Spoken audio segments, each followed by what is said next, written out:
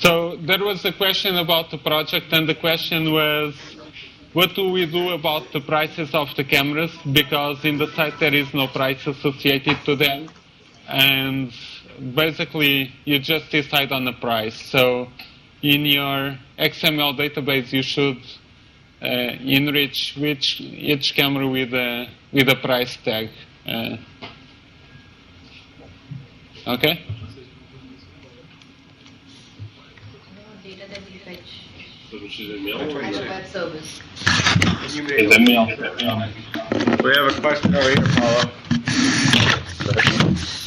What about the data that we fetch as a web service? That won't have the price. So again, do we just make up some fictional price? Yeah, so in the web service, actually in the database behind the web service, in the XML, just put the price for each camera. Okay. Okay? Right, so when you fetch it from the XML at that time, probably. Okay, guys, I think we can start. So normally, well, not normally, but in the past, the course was a little bit longer, and I had an additional section which was giving an example of web services using how to actually develop web services using several technologies. And traditionally, the students here in Portugal in the distributed systems course would use Axis and Tomcat. In the second assignment, in general, they use JBoss Web Services. Nowadays, this is standard, so it's just normal Java 2E web services. And in class, normally I went through an example using Microsoft.NET and Internet Information Services. It's not really that relevant because you are going to develop web services in the second assignment. And the way you do it in .NET is actually very similar. So basically, in .NET, you just annotate the methods with an annotation saying this is a web method, and you derive the classes from web service. And by using that, basically, you get a web service. So if you want to take a look at these slides, you can do it. If you can try to play around with this in .NET, you can also do it. You have the information here, but I'm not going to go through this in detail. Okay, this is just information. The thing I'm going to talk about today, and we are only going to have one class about this because it's really a huge thing, and in the scope of the class we are not going to cover all this in detail, is talk about second generation web services, which basically means the specifications that build on top of SOAP and UDDI and normal web services. And the thing, probably you cannot see the slide that well, but the thing is, if you actually go to the internet and you start to look at specifications regarding web services, you are going to see a lot and a lot and a lot of specifications. We are going to see things, WS secure conversation, WS transaction, WS addressing.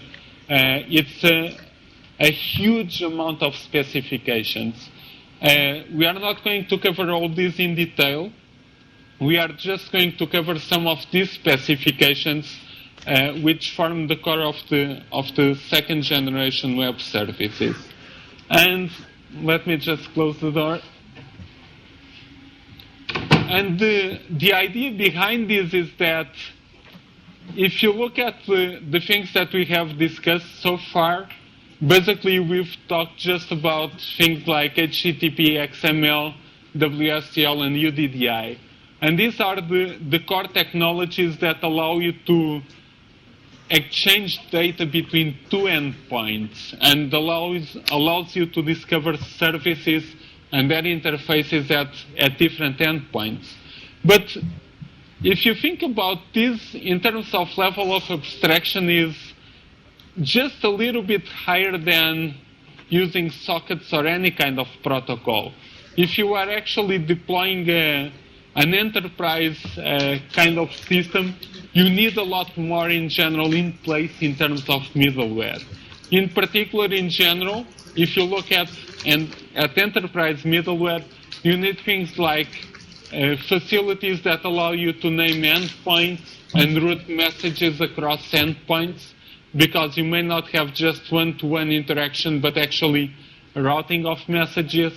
You need to have reliability, so you need to know that if by any chance the network goes down, you have the mechanisms available for repeating the sending of the messages.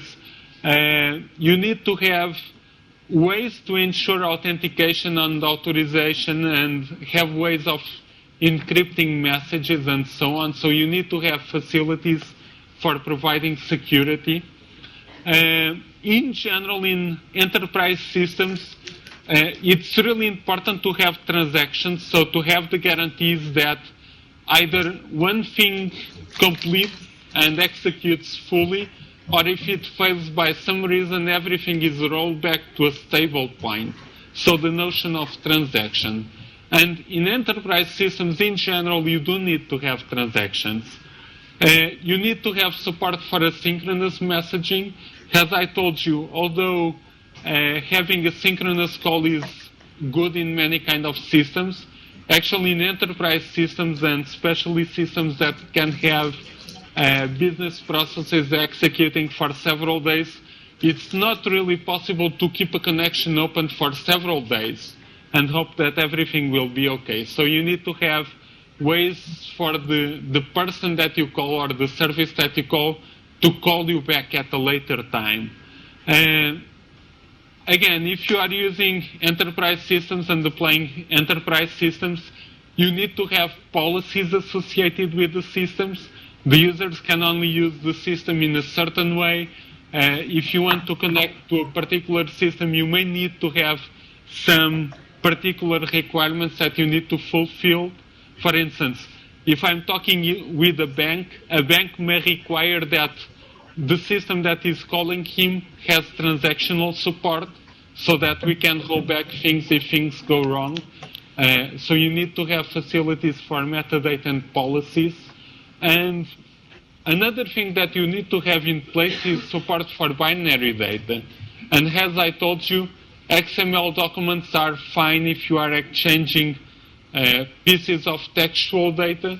If you are starting to send, let's say, images and other kind of binary formats, it doesn't really make sense to try to include that inside of the XML documents themselves. And this is the kind of things that, in general, you try to address in the second generation web services. So, although I strongly disagree with this image, because I think it's a little bit excessive to call it a stack, because if you look at it, XML is not really something on top of HTTP or on top of TCP/IP. In a sense, what this image gives you is the kind of facilities that you have to have in place. Things like on top of XML, you need to have facilities for messaging across systems. You need to build facilities for security, reliability, and transactions. Really on top of all these, what you want to be designing is actually business processes, the kind of processes that we have already talked about, where you actually orchestrate the several services that you have. And orthogonal to all this, you need to have metadata that describes all this. Let me tell you that the current state is that there are several competing standards that try to do exactly the same thing but are proposed by different organizations. For instance, typically Microsoft proposes and endorses a set of standards, and nowadays in many occasions Sun proposes and endorses a different set of standards. And this is a fight that has been going on for several years. So, again, we are not going to look into detail in all the standards, but we are going to take a look at some of them so that at least you get to know what's out there, and if you actually need to implement a system that supports some of these things, you know where to look at. So let's start by talking a little bit about messaging. So if we are talking about messaging, as I told you, the first thing that you have is the SOAP protocol, which basically allows you to send and receive messages. But companion standards are things like SOAP with attachments or web service attachments. And again, these are two competing standards that in practice do exactly the same thing in slightly different ways.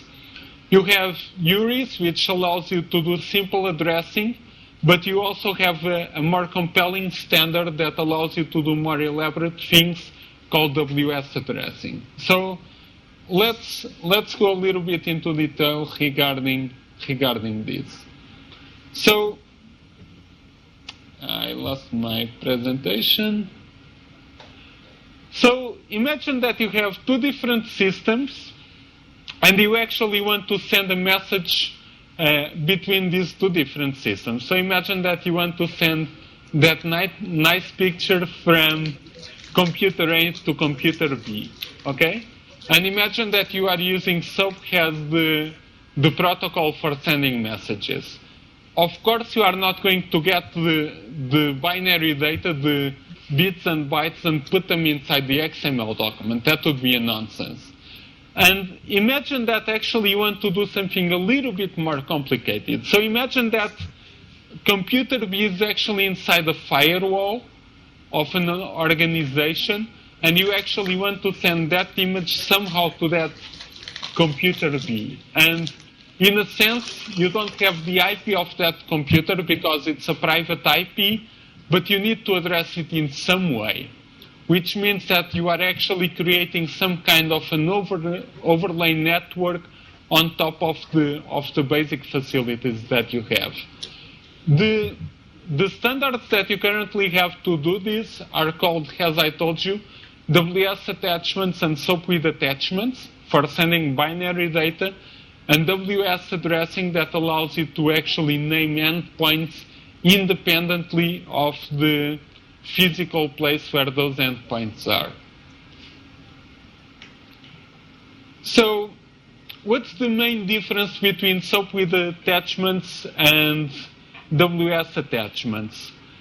Basically, they do exactly the same thing, but they use slightly different encodings for doing that.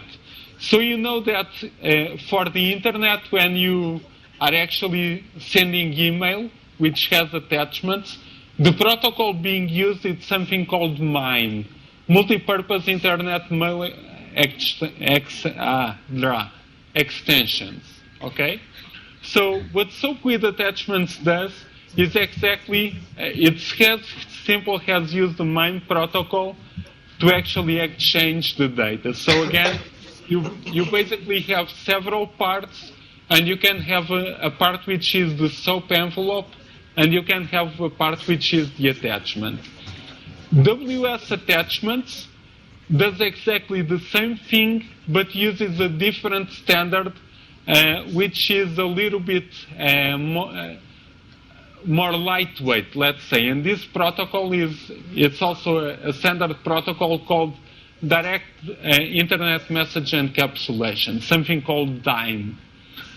WS addressing is the standard that allows you to identify endpoints. So let's look into this with a little bit more detail, and just for you to get an idea of what it looks like, for instance, for SOAP with attachments. So in SOAP with attachments, with SOAP, we already saw this some classes ago. What you normally have is a SOAP message, which is an XML document. And what you are going to do is to create, instead of having just a SOAP envelope, you are going to have a tag which is a SOAP part. And inside this, you have basically the normal SOAP headers and the normal SOAP bodies, as you had in the normal SOAP protocol, okay? But now if you want to send attachments, what you do is that basically all this message is put just into one part. So you have one tag for the SOAP message itself, and basically all the binary data is actually seen in terms of different parts of the message. And in this binary data, you can do it as you do in normal email. So basically use base 64 encoding or something like that. In practice, what it looks like is a little bit like this. So if at any point you have opened the source message of an email with attachments, how many of you have done that? Have you ever opened an email to see what's in there? More or less? Some people haven't. You guys have done this in the past? To open an email and seeing the parts? Okay. Yeah, a couple people. Okay, a couple of people. So what you get is something like this. So you have a MIME boundary, and this means that basically you are going to have part of a message here. Normally you have a content type which specifies what comes next. In this case it's application SOAP plus XML. The type that actually corresponds to this, that indicates how it's going to be treated. Some kind of encoding, in this case is 8-bit encoding, direct, and some kind of ID. And if you look at this, what you have is the SOAP message itself. But now, imagine that in this message, you also have a part which is a binary image. I didn't put the image in here, but in this part of the message, you'd actually have the bits and bytes of the message in binary. And the way it works is that you actually say this is content type encoding binary, so it knows it's binary data. It knows it's an image, and you actually have an ID. So imagine this SOAP envelope, and imagine that inside this body, you actually want to have the image. What happens is that you have a reference to the name that is indicated down here. This is what happens with emails when you are adding, for instance, images inside of an HTML email. This is what happens when you are using SOAP with attachments. Okay? So very simple encoding, very simple to use, and actually nowadays actually all of the web services implementations support this kind of facility. As I told you, there is a competing standard called WS attachments. It's exactly the same thing, but the format for actually defining those parts is called DIME, which is a different format. Okay? Okay, WS addressing. How does it work? Basically, what WS addressing allows you to do is actually to identify endpoints using a string. Typically, the string represents a URL, but it doesn't have to be that way. And actually, when you are using WS addressing, for instance, in the header of a SOAP message, you say things like, when you process this message, endpoint, when you do this, you have to reply back to this particular endpoint. Okay? So, for instance, in this case, you see that the reply to this message should be sent to this address. Okay? And actually, this message is being sent to this server, and the action to be performed is basically invoke this service inside of the server. Again, I'm using URLs in this case, but if you actually have different kinds of identifier here, what happens is that if you have proxies in the middle, and if these proxies are connected, you are creating this overlay network. And in principle, the messages can be routed using this overlay network. Okay? Of course, the intermediate nodes have to support this kind of protocol. Okay. Questions so far? No questions? Okay. This is not a complicated class. It's actually a little bit boring, but it's important for you to get a sense of what's available to do these kind of things. Okay, reliability. Again, there are two different standards. One is called WS reliability, and the other is called WS reliable messaging. They are competing standards. Again, different systems support different standards, and you should take that into account. So, what's the idea behind the reliable message and WS reliability? Imagine that you have a client and you are actually invoking a service somewhere. For instance, you are invoking a service that allows you to transfer some money, $5,000 or 5,000 years, from João to José. Okay? So imagine that you perform this invocation and basically the connection basically is closed, or there is some kind of problem, and you don't get the return value. You have a problem, right?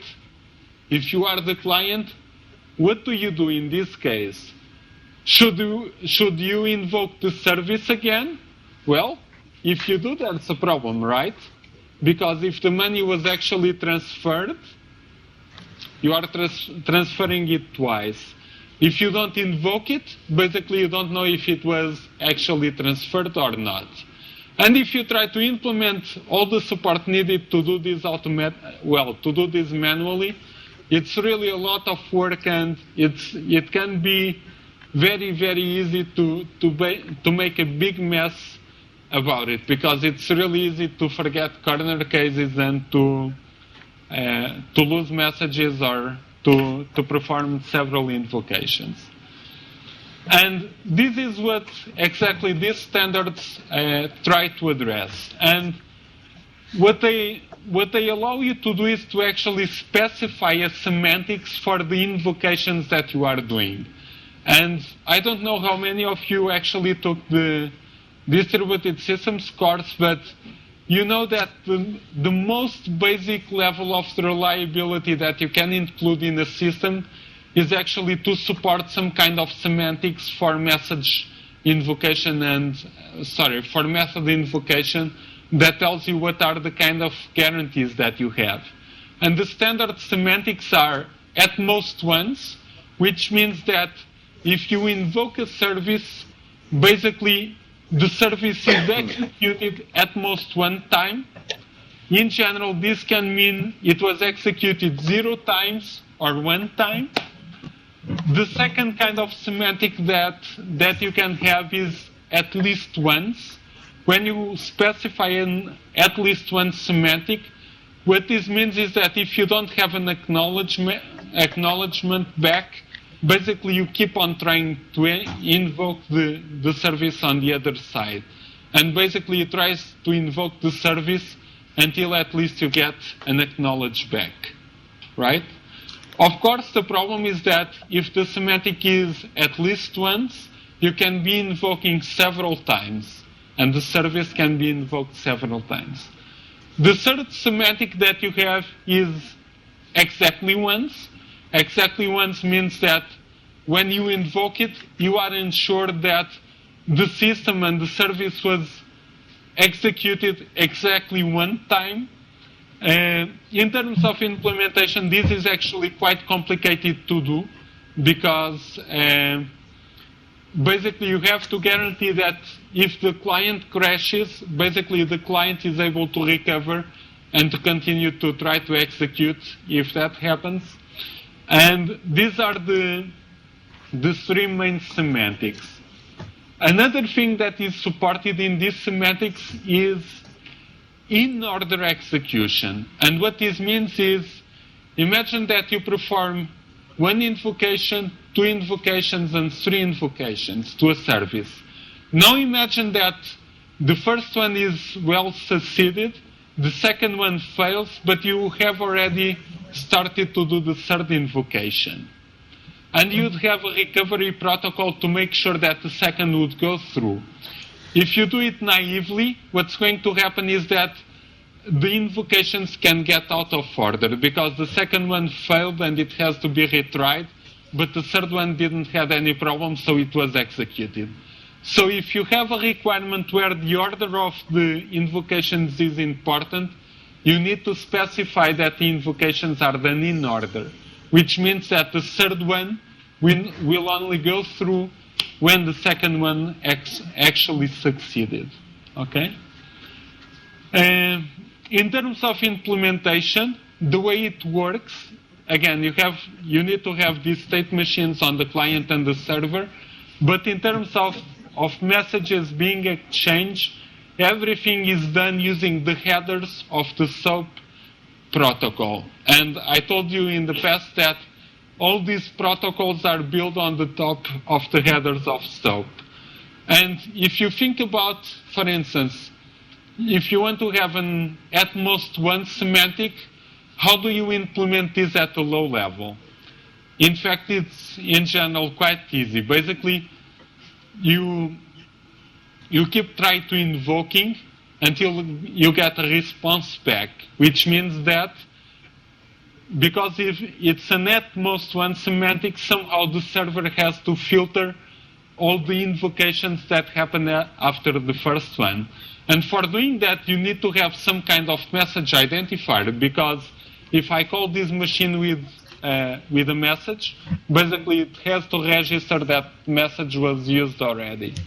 And you need to have things like sequence numbers so that you can actually sequence messages.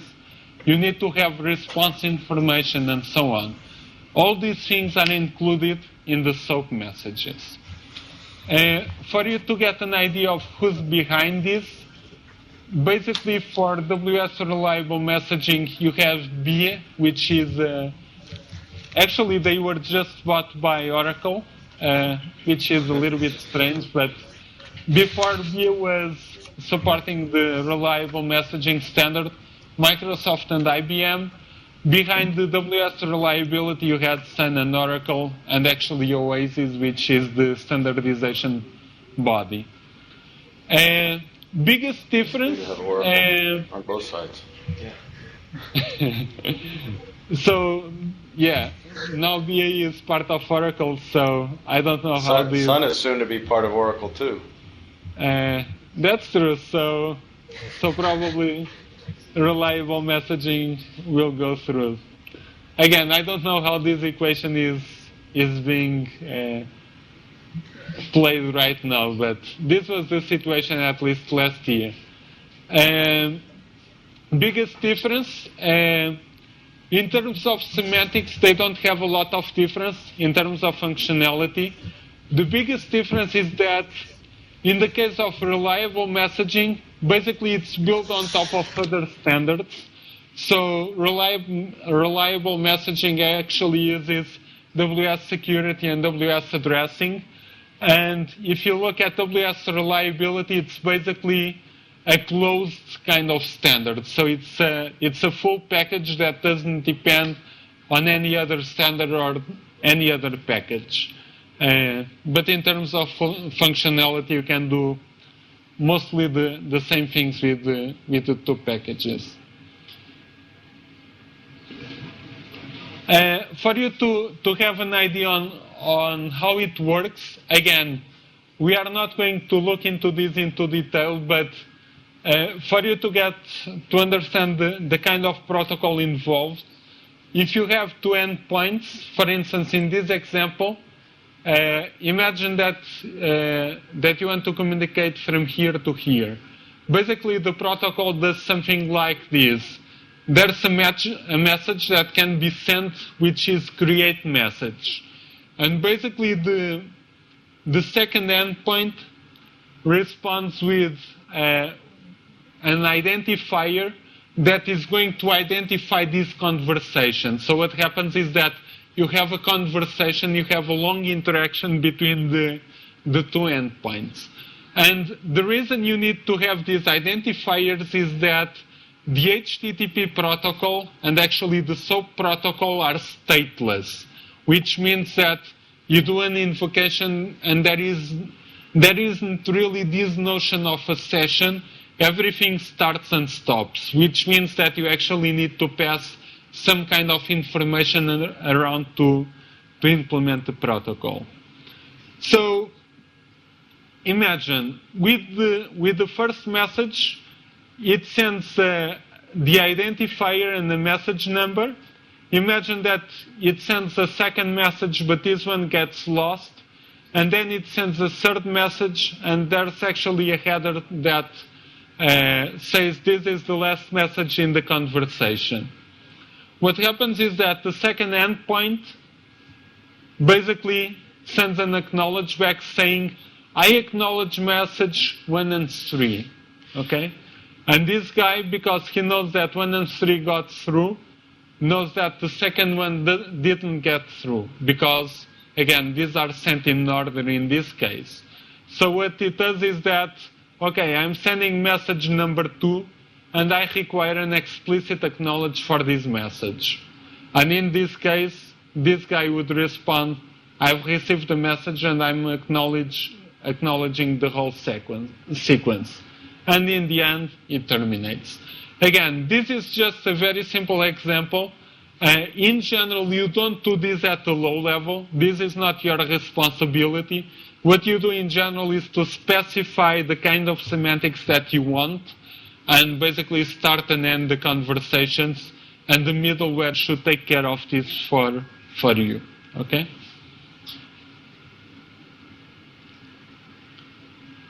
Okay, transactions.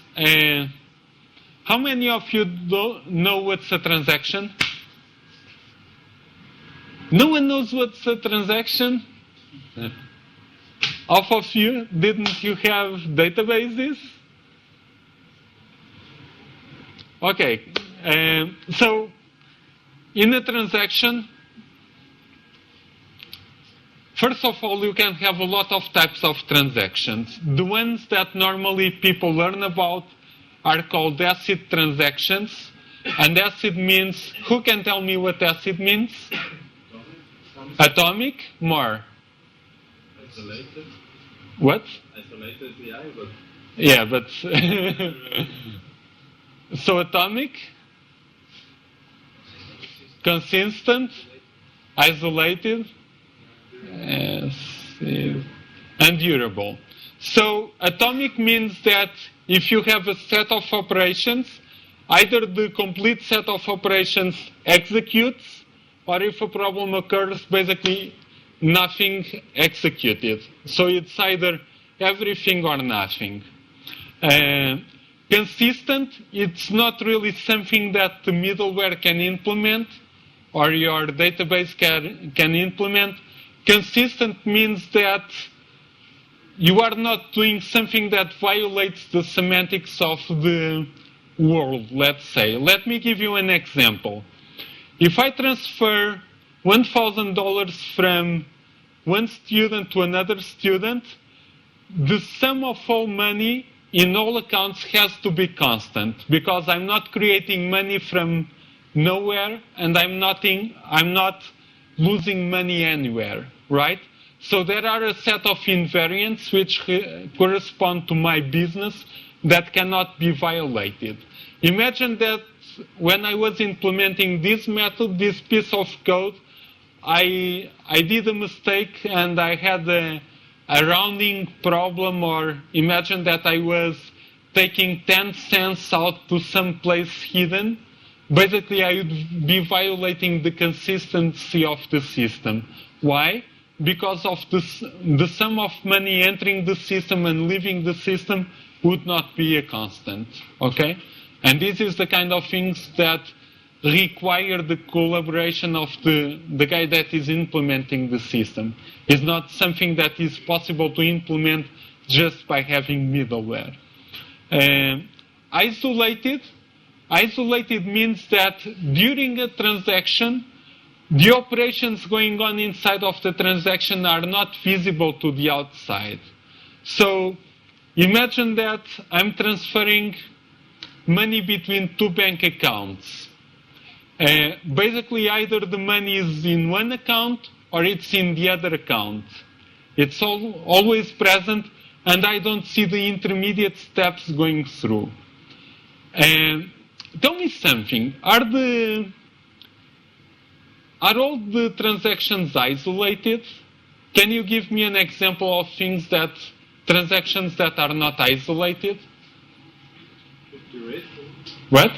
Something like dirty read? Dirty read? Dirty reads. Okay, we'll go through this. Okay, but that's true. But not in technical terms, but everyday examples. Let me give you an example. I don't know if this happens in the States, but imagine that I go to my bank and I say, I want to give Inácio $1,000, and I order the money to be transferred. Do you get the money immediately? Does it appear in your account immediately? In Portugal, it takes about 24 hours to do that. But the money is taken immediately from my account. It disappears.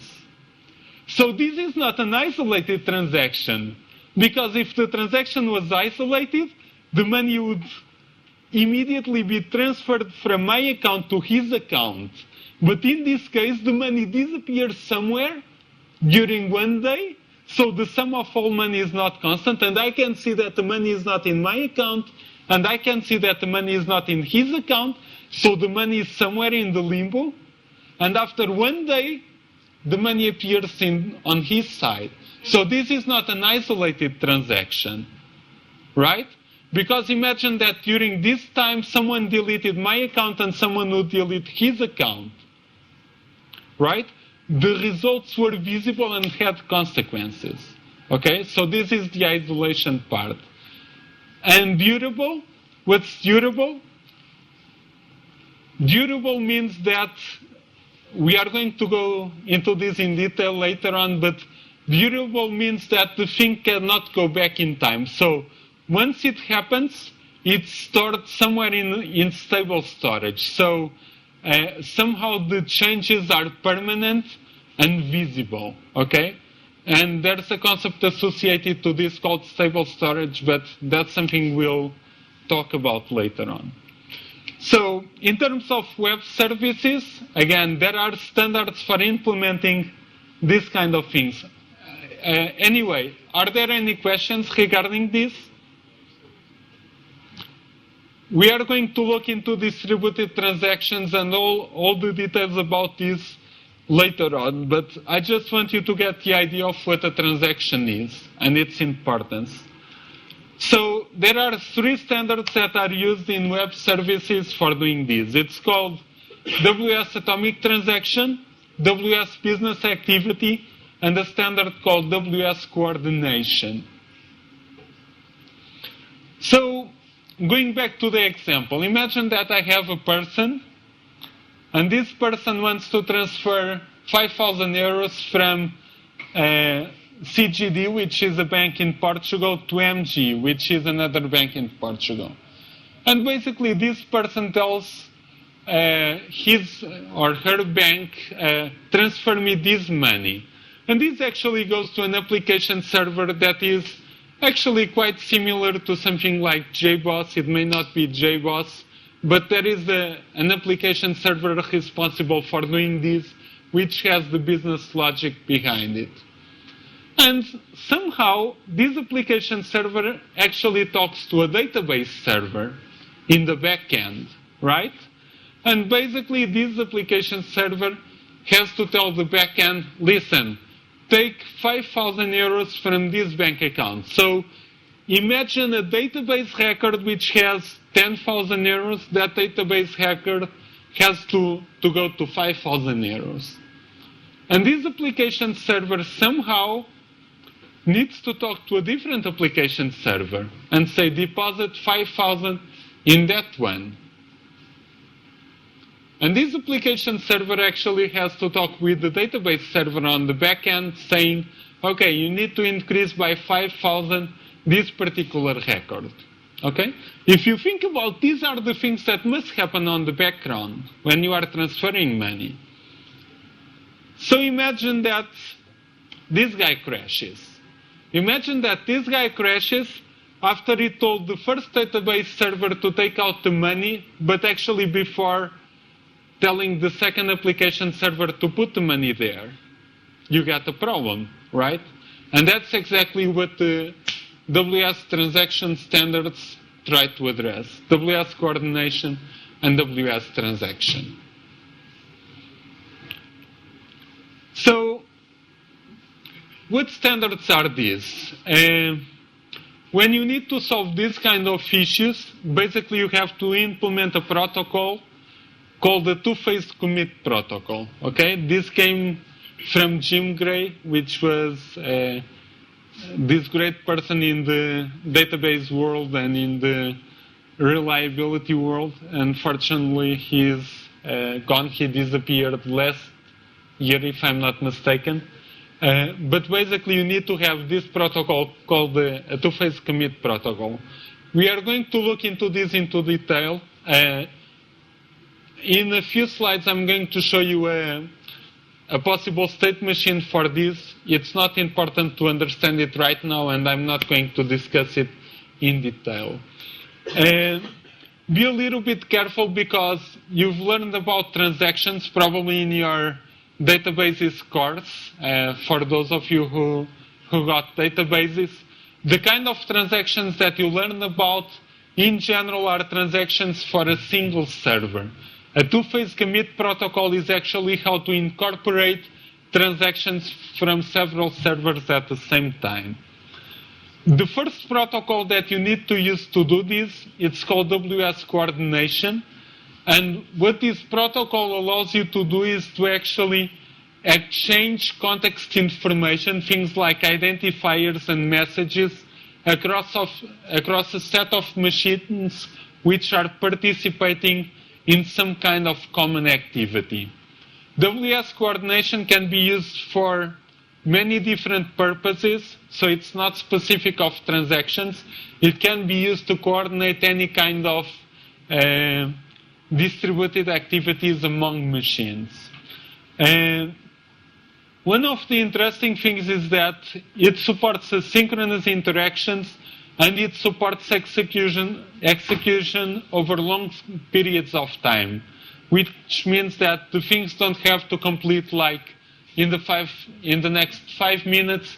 It can be actually long-running transactions and conversations. This was actually a standard proposed by BA, Microsoft, and IBM. WS transaction is the standard that actually allows you to implement distributed transactions. And there are two different types of transactions.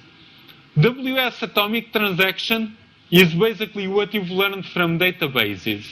It's the ACID transactions where when you are doing a transaction, you are actually locking different resources at different machines. And until the transaction commits, all the resources are locked because you have to, let's say, hold all the keys in your hand and you have to prepare all the machines so that you can actually commit everything at the same time. One of the problems of ACID transactions is that they don't work so well with things that take a lot of time. Why? Imagine that you have a human in the loop, someone that actually needs to take a decision. Or imagine that you have an invoice that is going to be paid in 30 days. You cannot really lock a table in a database for 30 days because you'd lock everyone out of the system for 1 month. And you cannot even lock, in most cases, a record for 30 days because basically you couldn't do, well, it depends on the occasion, but you couldn't do things like full table scans and things like that. So it depends a little bit, but you cannot do things with atomic transactions, ACID transactions that take a lot of time to execute. Okay? Atomic transaction, what it implements is basically the two-phase commit protocol and ACID transactions, which are really good if you need to give reliability for things that are very transactional and very processing oriented. Okay? If you actually have long transactions, things that take several days and that you cannot do completely in one part, what you use is something called WS business activity. A business activity is basically a long-running transaction where you give up on isolation in general. So it's still a transaction. You can still undo the results of the things that you did, but the intermediate steps become visible to the world. And what this allows you to do is basically not having to lock resources for the complete period of the transaction. For instance, the bank transfer that I was telling you about, that takes about 1 or 2 days to do, it's an example of a business activity, okay? I know that I will not lose my money by actually doing a transfer to Inácio, right? And my bank assures me that and has the mechanisms to do that. But the intermediate steps are visible. So I actually see the money disappearing from my account. Inácio doesn't see the money appearing in his account immediately, but over a long period or some period of time, things do get consistent, okay? And that's the concept of a business activity. Again, we are going to look into this in a little bit more detail. The reason why you can actually give up of isolation is that when you specify business activities, you also specify what's called compensatory actions. A compensatory action is a piece of code or it's an action. It doesn't have to be a piece of code that you execute when things go wrong. Okay? For instance, imagine that I'm transferring 1,000 euros to Inácio's account, and imagine that his account gets deleted before the money actually gets there. If the system detects that it has money and the account isn't there, a possible compensatory action would try, for instance, could be, for instance, try to transfer the money back to the original account. That's a possible compensatory action. Another possible compensatory action would be to put that money in a special account and notify the bank manager. Okay? There are many, many possible compensatory actions that can be implemented. Let me give you another example. In my bank, my personal bank, I have a small account that I use to pay my monthly expenses. So I don't put all my money and all my expenses in just one account. I have a small account that is used to pay some expenses, and actually they are billed directly to the account. I don't even have to approve it. But because I don't really control it that every day, sometimes I actually don't have enough money in the account to do that. So sometimes I go to zero in terms of money available. When that happens, actually my bank manager calls me and tells me, listen, you don't have money in your account and this is going to be billed in the 24 hours. What do you want to do? This is an example again of a compensatory action, because when the transaction would be committed, it wouldn't be able to commit. So they have this little action that actually involves a human in the loop that is able to try to solve the problem. Okay? This is very, very common. If you are designing an enterprise system, one of the things that you should always take into account is that there are some things that you cannot solve with a computer. because either they become too complicated or they are not feasible, or actually you cannot implement them. You cannot have the computer call the person home trying to actually get the money out of the person. So there's always a trade-off between what you automate in an enterprise system and what you actually pass to the human being. And this may seem a little bit silly because you say, come on, I would not be fool enough to do that. But a defect that we have as computer scientists and software engineers is that sometimes we get a little bit too overboard and we try to automate everything and try to think about all the possible scenarios when that is not really feasible, and we try to implement them and we become with a system that is not really reliable or efficient, and that's a problem. For instance, giving you the example of the bank account, imagine that I'm transferring the money to Inácio. The system discovers that the account doesn't exist anymore, and the compensatory action would be to transfer the money back to the first account. But imagine that the first account was erased also. And you say, oh, come on, that doesn't happen. This happened to me, actually, at a certain point. So imagine that the first system finds out that the bank account doesn't exist anymore, and after a while you have this huge fault tree trying to think about everything possible, and you become,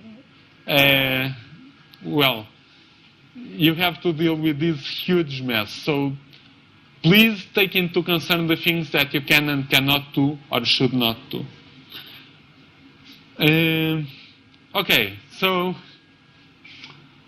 WS Atomic Transaction, ACID transactions, WS Atomic business activities, I give up on isolation and basically I set up compensatory actions.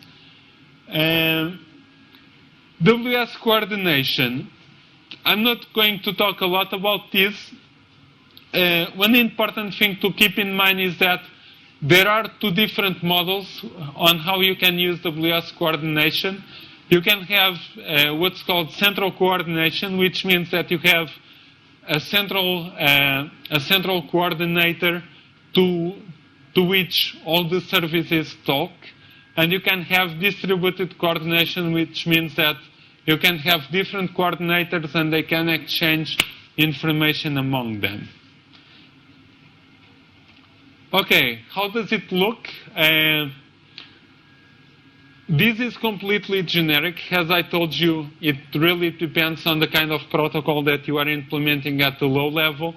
But in general, what happens is that you have an application that basically registers itself with the coordinator.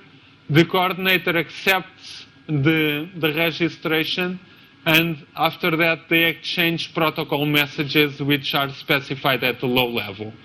The coordination, basically, what it gives you is identifiers and durability for the messages that you are exchanging, and a little bit of fault tolerance. Atomic transaction, again, I'm not going to discuss this now because we have a full chapter about this. What it does is basically to implement a state machine both at the coordinators and at the participants, which allow the participants to say that they are prepared to commit and have the transactions committed. And there are a couple of state machines involved. But again, this is something that we'll see later on in detail.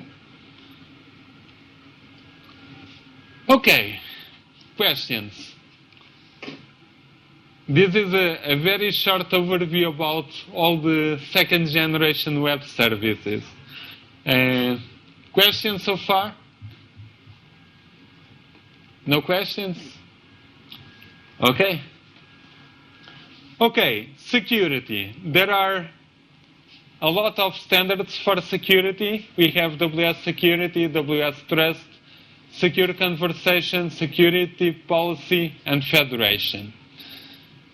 For you to get an idea of why we are doing this, imagine that I have an ATM All the ATMs in Portugal are connected to an institution called CIBS, which is, sorry.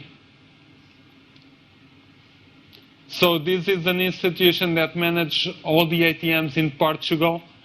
All the banks in Portugal have a contract with CIBS, and basically the banks actually are able to talk with end entities. Like EDP is the local electricity company in Portugal. So imagine that you are going to an ATM machine to actually pay your electricity bill. That's something that you do in Portugal. So if you want to do that, basically this final ATM needs to be able to talk with CIBS, CIBS needs to be able to talk with CGD, and CGD needs to be able to talk with the electricity company. But if you look at this, it's actually quite interesting because CIBS has a contract with CGD, and they have a certain degree of trust, right? And they actually have a computer in a, let's say, in a special place called the zone. Banks set up these things called zones between themselves and other entities. And they say, okay, in this zone you have these users and you can use these credentials and so on. But if you look at CGD and the utilities company, there's a different protocol in place. And there's a different zone for managing this relationship. So the problem becomes if I'm sending a message from computer A to computer B and from computer B to computer C, and parts of this message have to be encrypted, and parts of this message have to be authenticated, it's a big mess because I don't have a single set of credentials that I can use in all the systems.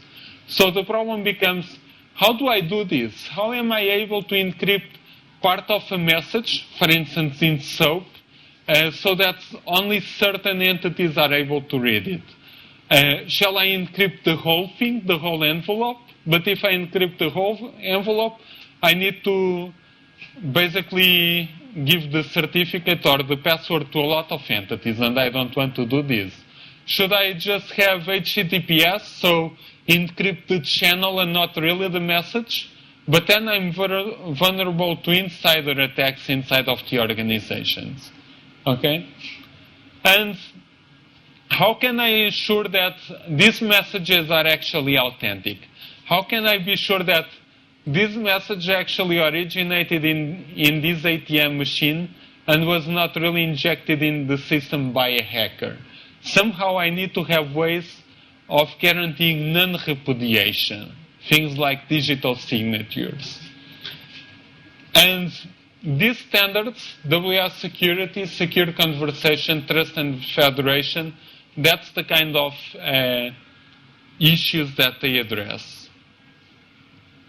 Again, in a nutshell, WS Security, it's the most basic standard.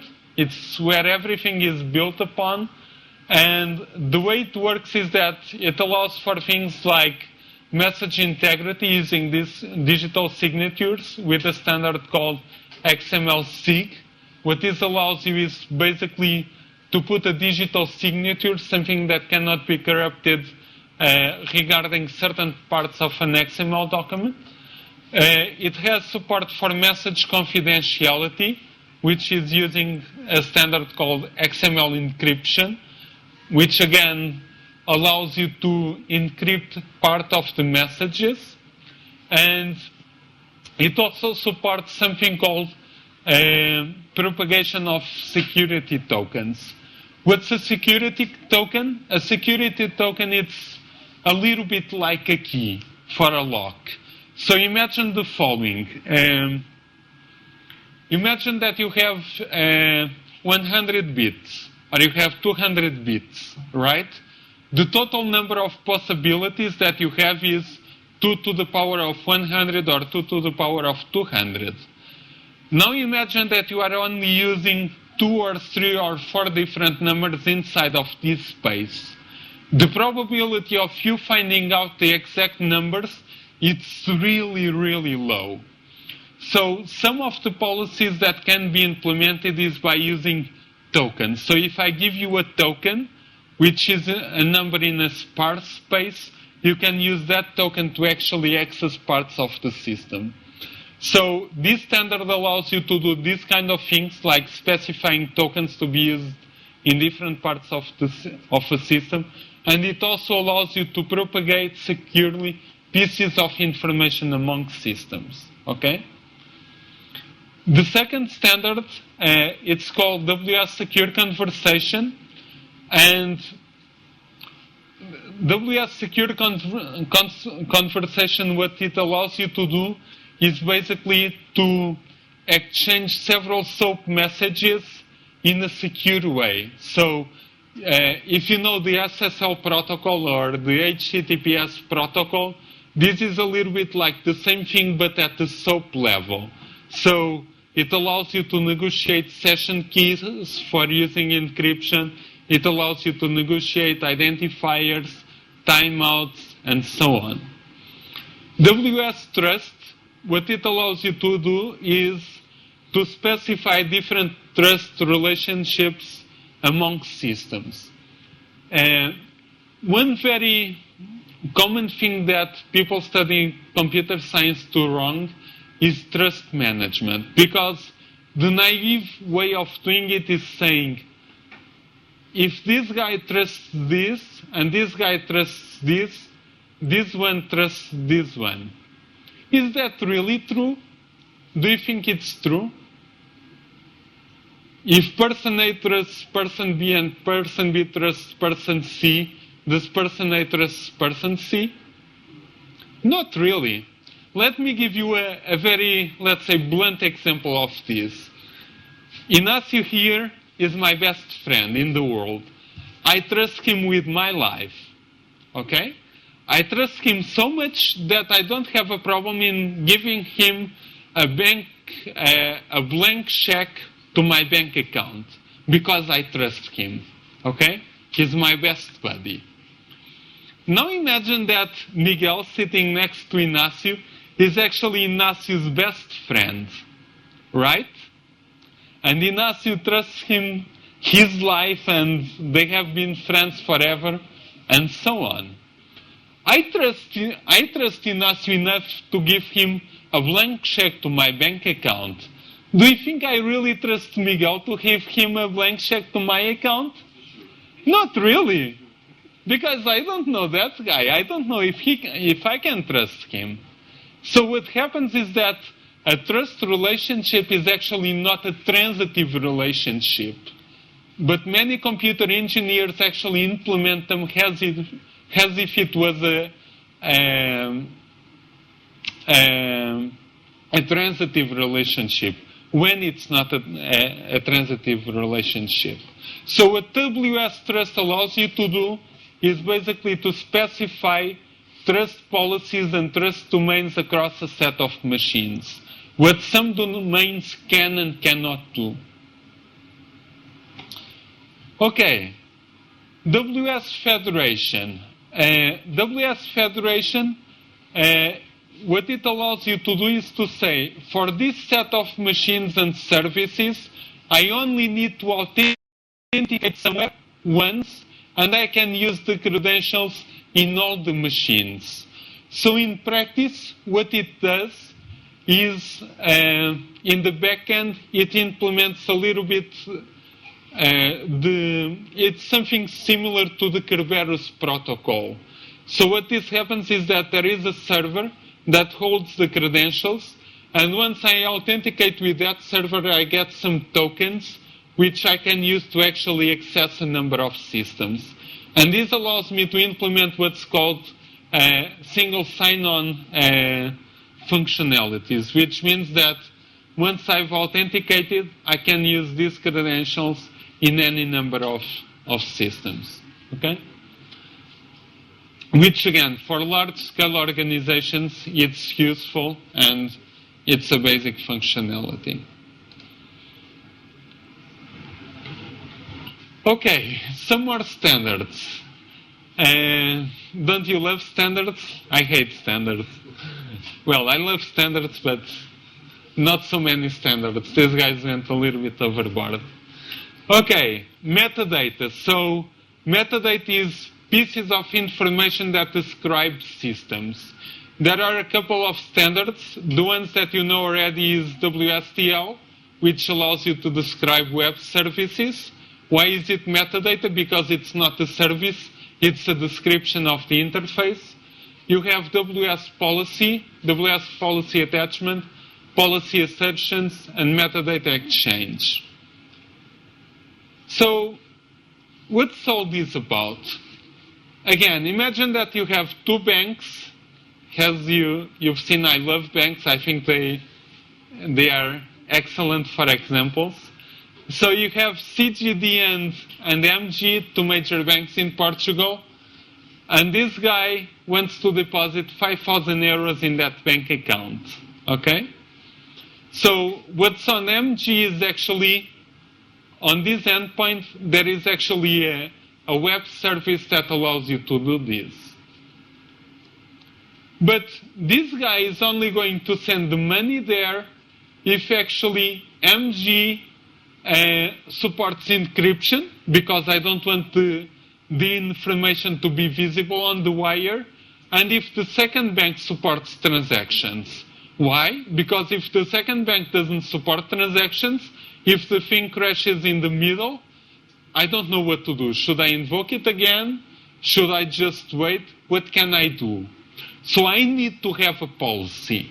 In this case, CGD is saying, my policy is that I will only talk with systems that support encryption and transactions.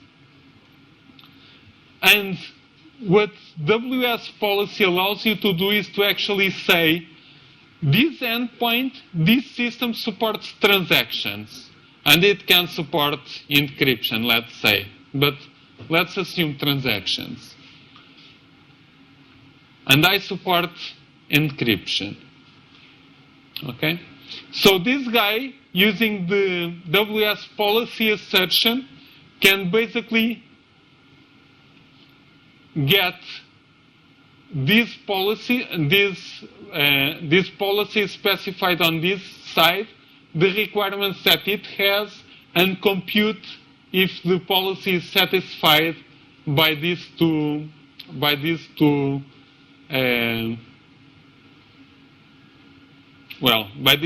assertions of this end system.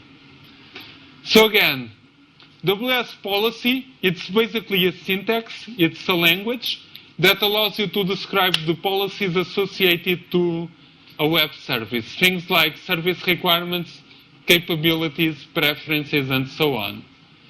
Policy attachment is what allows you to get this description, which is a piece of XML, and put it to a WSDL, to an endpoint. Policy assertions, it's what allows an end system to get this description and actually to compute the intersection and see if the policy is satisfied or not. Okay. Okay, business processes. Business processes, we've talked a little bit about this. A business process is basically a flow of execution. So it's a graph that specifies how you are actually going to call several services, by which order, and actually route messages according to what happens. So imagine that you are a business manager and you actually said, okay, I'm specifying what the purchase order process is. And for actually doing this, to buy something, I need to calculate the price of my order. I need to find a company to actually ship the order. I need to find a company that will give me insurance. I need to actually reserve some time at the factory to do this, and so on. You can calculate the price, compute what you need in terms of logistics, complete the insurance agreement, and so on, until you actually ship the invoice. This is a business process. This is what you actually deploy in an application server in a process orchestrator. There are several ways of doing this. The standard language nowadays is called BPO, Business Process Execution Language. It's actually the result of trying to unify two different languages, two different proposals, one from IBM called WSFL and another from Microsoft. The one from Microsoft is still used in Microsoft BizTalk Server, which is the integration server from Microsoft. And nowadays it's quite widely supported. IBM, Microsoft, BIA, Active Endpoints, JBoss, a number of them. Personally, I don't like it so much. I think it's quite complicated to use. And the reason I'm saying this is that sometimes people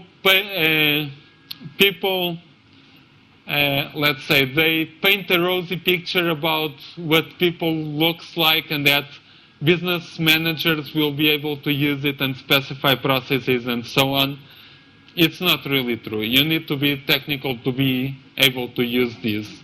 Of course, if you have a flow specified visually, if you are a business manager, probably you can understand it. But if you are actually implementing it, you need to be technical. You need to deal with schemas. You need to deal with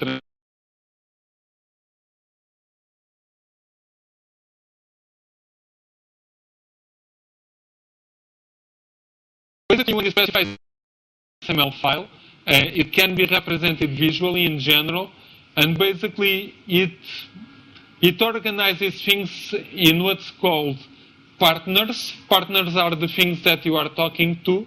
Containers, which encapsulate the processes, and activities. Activities are the flows of execution taking place. So it looks a little bit like this. You have the port types. The port types are actually the specification of the endpoints that you are using in terms of web services. And what you do is basically to define receive and send operations in your business process.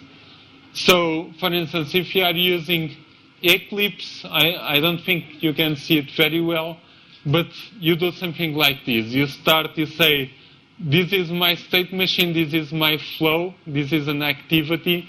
I start by invoking an external web service, which is a client request for a quote.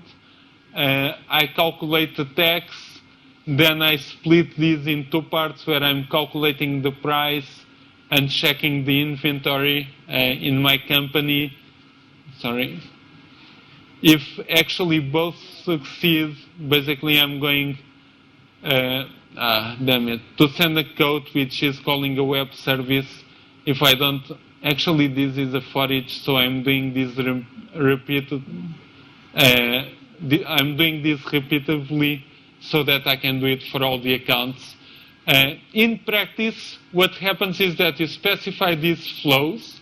You have things like invocation of services and receiving responses. You can reply to invocations. You can wait until something happens or a certain time passes. You can copy information from pieces of XML to pieces of XML. You can throw exceptions, you can terminate a service, you can do conditional choices, while cycles, and so on and so forth. Your fourth project, the one coming up, is actually to use the third project, is actually to use a BPOL engine to define a set of activities where basically you are creating a service-oriented architecture. So that's going to be the third project. And one of the interesting things in BPOL is that you can do throw and catch like in a normal language, programming language, but you also have support for compensatory actions. So you can actually say, if this thing goes wrong, I want to do these compensatory actions. So it's directly embedded in the support of your application server. And one thing to take into account is that the integration between Beeple and Java, it's not great. Actually, the integration between Beeple and any kind of programming language at this time is really not great. And this is the source of a lot of problems, because many people say that Beeple is too abstract and it's too verbose, and it should be more tightly integrated into existing programming languages and models. There were some efforts on trying to specify and standardize communication mechanisms between Beeple and at least Java 2EE, but in fact it didn't really went so well. So the state in that regard is not really the best one. I can tell you that nowadays there are even some manufacturers or some software houses that try to move away from Beeple and try to use a different standard called BPM and have direct support between BPM and the end code Java. For instance, JBoss, although they support Beeple, they support BPM much more strongly. Okay? Okay, so the image is a little bit too dim to see, but today what we've talked about was all the major specifications in terms of web services, things for describing security, things for coordinating web services, things for doing transactions. There are implementations of these standards from several vendors, and what happens is that according to the platform that you are using, you may have direct access to a certain set of specifications which may or may not be compatible with the target systems that you are talking to. So that's one point that you should take into account. And let me do a bold here because you cannot really see it. One thing to take into account, let me just...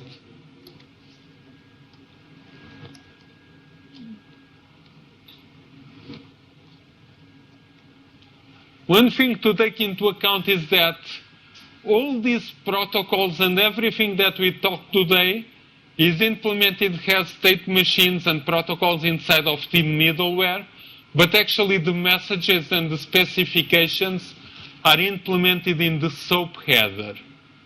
So imagine that you are using addressing. Basically in your SOAP header, you could have some lines regarding addressing. For instance, security. Imagine that you are using X509 certificates. You could have some lines regarding security in the header. Reliability. Imagine that you are defining a sequence of numbers. Again, you could have some headers here. But the problem is that, as I told you some classes ago, the SOAP headers are really optional, which means that no one is obliged to actually look at the header or do something about the header. And what this means is that you may even call a service at an endpoint. You may have all the nice headers. Well, if the end system doesn't use them, you may have a problem. Okay? So again, this is a problem, especially because nothing of this is really standardized. Okay? And the technology, even today, is in a state of flux. So, a little bit of advice, as Gregory Hope said, again, there are standards emerging, and there are a lot of companies trying to get to the prime time and trying to push this on people. But at the end of the day, you actually have to build systems, and you have to try to make systems that work. So be a little bit careful. You cannot support everything for everyone. Try to implement things that last as much time as possible and actually address your business needs and are the less risky and less costly as possible. Again, this is not easy to do. There is a lot of trade-offs and a lot of evaluation that you have to do, especially if you are building something that has to last 5, 10, 15 years. Where to know more about this? A couple of references. The basics of this you can read in the Service-Oriented Architecture book, although it's a little bit dated. Microsoft actually has quite a nice site about all these specifications called Understanding Web Service Specifications. But better than the I don't have it here. Better than the website, they actually have a book. Microsoft has a book which is basically about all the specifications. So if you need to find out the details regarding a particular specification and how you actually implement a piece of code that allows you to use that specification, a good reference is actually the Understanding Web Services book from Microsoft. So that's it. Questions? I was wondering from a programmer. I was wondering from a programmer's point of view, how does this standard translate? Because you're not going to code the subheader by hand. So. Mm-hmm. Okay. So as a programmer, what happens is that very basic things, really basic things, in general you can put annotations like I require to use certificates in some way, or I require to use encryption in some way. And basically the runtime generates the necessary code for it to be there. In general, this is only supported for real simple things. For more complicated things, you cannot really have that generated code. And what happens is that you have an API and you have to specify, and you have to create the endpoints by hand. So imagine that you need to use some kind of certificates and some kind of configuration. Instead of deploying the web services, as I showed you in the last class, you would actually instantiate a class that represents the endpoint, and you manually register the class with the endpoint and say, okay, now this is going to run. So in general, this is done in terms of APIs. Okay? It's a little bit cumbersome, but there are APIs to do this. Okay? What else? Questions on the CMU side? Questions over here? Nope. Okay, guys. So that's it. See you Friday. See you, Paul.